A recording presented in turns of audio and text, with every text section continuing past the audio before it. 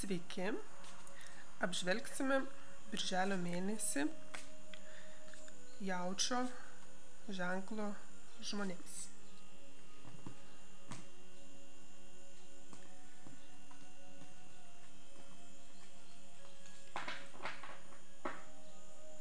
Taip, pirmoji korta simbolizuoja pagrindinę mėnesio temą. Tai yra voras. Jis nėra toks blogas, kaip atrodo. Antroji korta yra, ko šį mėnesį reikėtų vengti. Tai yra kojotas, pokštininkas kojotas. Ir trečioji korta, patarimas, kaip geriausiai panaudoti šio mėnesio energijas. Tai yra šikšnosparnis. Na štai toks įdomus derinys. Pažiūrėsime dabar, kaip tą viską mums suprasti.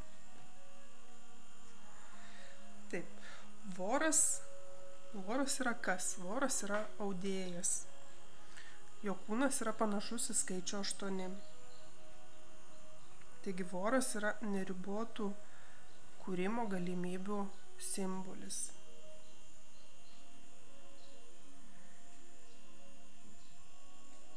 Voras rezga tinklus, į kuriuos papuola kaip į savo proto iliuzijų tinklus, papuola naivus žmonės, naivus vabzdžiai ir panašiai. Likimo tinklas taip pat simbolizuoja ir gyvenimo ratą. Tai gali būti, kad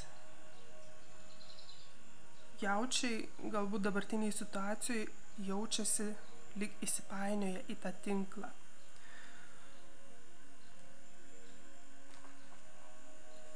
Taigi, jeigu voras šiandieną yra mūsų kortose, jisai primena, kad mums reikia kurti. Jeigu norite atrasti sprendimą, kaip išlipti iš aklavietės, kaip išeiti iš beviltiškos situacijos, reikia kurti, reikia ieškoti sprendimų, reikia austi savo gyvenimo, savo likimo tinklą gražiausiais raštais.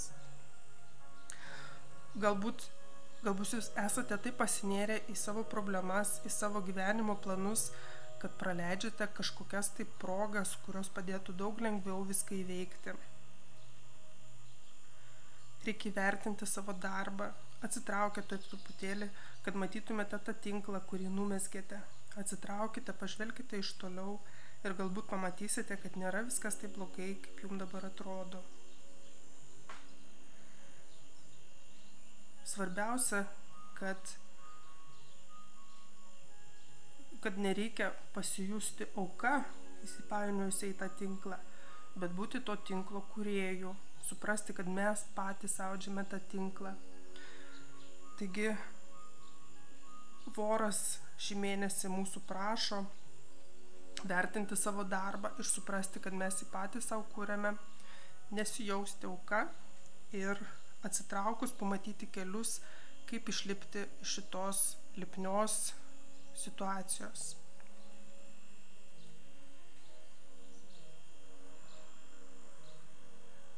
Tai štai. Dabar antroji korta tai yra kojotas ir jisai mums rodo, ko šį mėnesį labiausiai reikia saugotis ir vengti. Kojotas, jisai, kaip žinome iš filmukų, tarkim, jisai yra, toksai apgavikas, pokštininkas. Jisai simbolizuoja tam tikrus rūpesčius, tam tikrus iliuziškus galbūt žmonės, kurie pasirodys jūsų kelyje, netikri pranašai, netikri mokytojai, aukso kalnų žadantis verslininkai ar kažkokia tai super duper prekę bandantis parduoti žmogus ir panašiai. Todėl šį mėnesį labai reikia vengti tokių auksinių progų, kabutėse, kurios gali jūs nuvesti būtent į šitą voratinklį.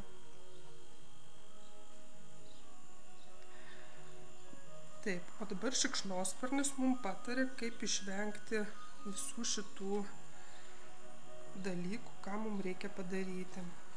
Šikšnosparnis, nors atrodo baisiai, bet jisai simbolizuoja atgimimą. Jisai nori pranešti tam tikro kaip ritualo būtinumą, kad žmogus pabustų iš va šito tinklo ir per kūrybą išsilaisvintų. Nepakliūtų į pinklės šitam kojotui, kuris iš jūsų nori tik tai ištraukti jūsų resursus ir panaudoti juos savo. Taigi šikšnosparnis duoda ženklą, kad kažkas jumise numirs, tam tikros senos savybės, kurios neleidžia jums pakilti ir atsiras naujos. Jeigu jūs voro tinkle nekrisite į aukos tam tikrą kelią, jūs pradėsite kurti ir susikursite savo, nusimeksite savo tą išeities kelią ir su šikšnosparniu jūs atgimsite su naujom savybėm, su naujom idėjom, su naujais požiūriais ir visai gražiai pabaigsite šitą mėnesį. Taigi linkiu sėkmės visiems jaučiams šį birželio mėnesį, nepakliūti kojotui į nagus.